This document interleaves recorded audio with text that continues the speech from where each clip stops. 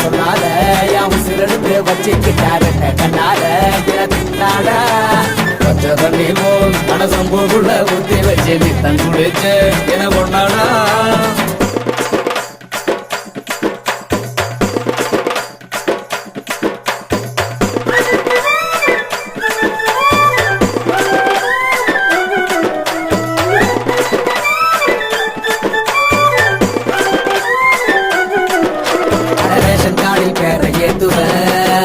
ஒரு நாள் குறிச்சி தட்டு மாத்துவேன்